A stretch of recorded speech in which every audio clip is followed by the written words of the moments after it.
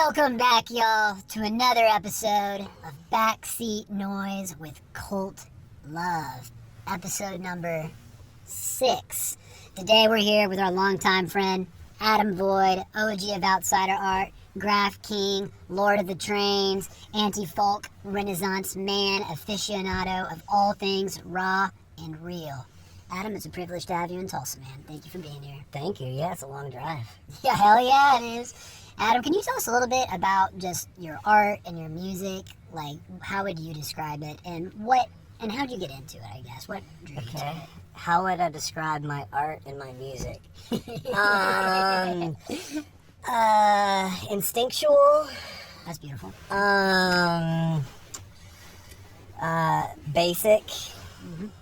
Mhm. Inspired. Exceptional. How did I get into it? Making music or? Either, yeah. Oh, Your art or your okay. music. How did I get into making art? When I was in elementary school, I had an assignment to make these cave paintings, and they put it in the hallway, and I took a picture next to it, Mhm. and that's when I knew that that was something I could do. They catalyzed it all. Yeah, In some ways, you kind of are like the contemporary cave painter man. exactly. What about music? I mean, I always describe you as anti-folk. Right. That feels like maybe a little pretentious, but I guess I don't really know how else to describe your music. I like anti-folk, but when you look it up on a computer, I don't like the stuff that it sounds like.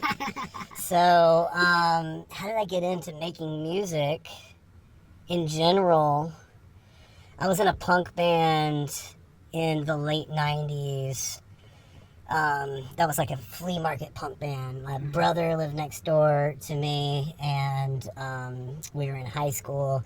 And we lived across the street from a flea market, and we got all of our stuff from there. And Fuck yeah. we made a flea market punk band. Yeah, that was like prop based. Yeah. And there was suitcases full of like flour that we would pour into the like speakers, and then like big mirrors that we would break. Like we were cutting up like big lines of Coke with the That's flour. fucking hilarious. But we were in high school and it was fun. But that's how I got into making music. And how I got into like noise and experimental stuff? Yeah. Or is this a future question?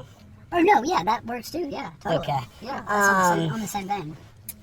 So when I was in that band was called Plane Crash, and there was a band called Avoid the Band that we Yeah. would play with, and that's where my name came from. No Was shit. these other band that was like our like sister band, and their drummer Jefferson Mayday, who lives in Australia now, used to run an underground venue called the Imaginarium in Columbia, South Carolina. And it was like House Show World, like, early 2000s, late 90s. And, but even before that, like, there was a really cool punk club called 2758 that was in Columbia, South Carolina. And I saw all the, like, cool, like, 90s bands. I saw, like, the Locust and stuff. And, like, that stuff was, like, in Orchid. And, Guy in a that's amazing. Punchline was from, there's this Screamo band Totally. that's from out there, and Antischism is from Columbia, South Carolina. And so I just grew up in all that stuff. Around dope fucking music, man. That's wicked. Well, in line with dope fucking music, can you name maybe a piece of media that you felt like was really influential on your, so-called artistic path? When I was really young, my dad showed me,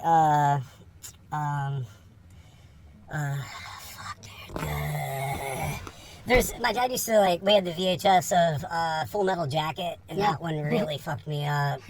And we also had, and he also had David Lynch movie with Laura Dern and Nick Cage.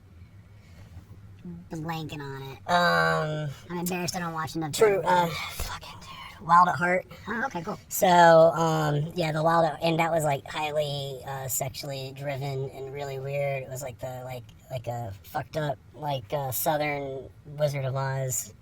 Yeah. But yeah, that's the stuff that that really. And I also watched The Wall when I was really young, Oh, yeah. and all the people with the faces that were melting, and I had to watch Golden Girls and Alf after that just to settle down. Clean your palate. Yeah. Totally. That's rad, man. Well, it makes total sense. It kind of really does, honestly, in a lot of ways. You kind of are amalgamations of those sorts of, bygone cultures in their contemporary form, man. Like I said, you're the Renaissance man.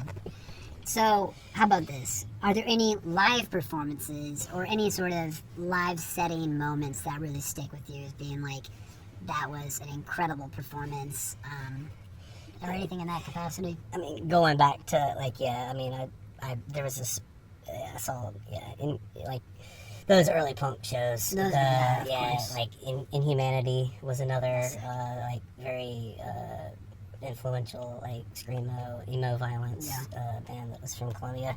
And there was a club in Columbia that it was like a vets hall that had really low ceilings, and there was always the like hardcore kids that would like flip on each other's backs, and they'd like flip upside down, and then their feet would like walk across the ceiling and like walk back down, you know, like, and that, and then there's always the like tables in the back with all the like distro and all the zines. Absolutely.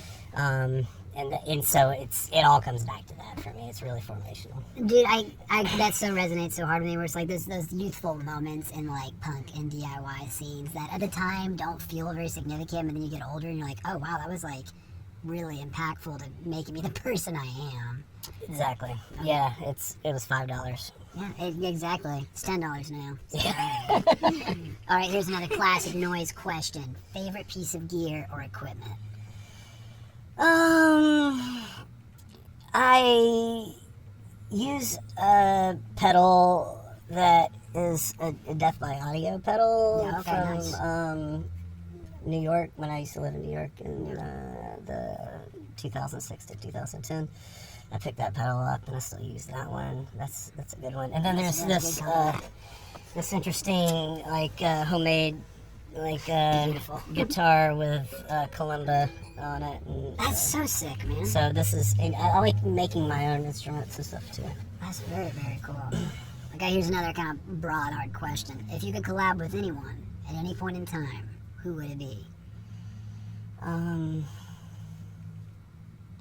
This is a hard one. We can say it won't be the end-all, be-all for people you'd want to collab with. Okay. Lighten the pressure. Yeah, I can do more doesn't one have day. Doesn't have to be the definitive answer. Okay. Yeah. I don't. All right, Robert Rauschenberg. Yeah. That's not very noise. I'm sorry. No, it doesn't matter. That's sick, man. That's fucking dope. Yeah, I don't know. He's dirty and he's from the South. And I love the South, man. Yeah. I'm a child of it. Well, Adam, we appreciate it, man. Thanks for being here. Thank you. And we'll be right back with some noise from the GOAT. Ladies and gentlemen, Adam Void. Okay, thank you, I appreciate it. Alright, cool.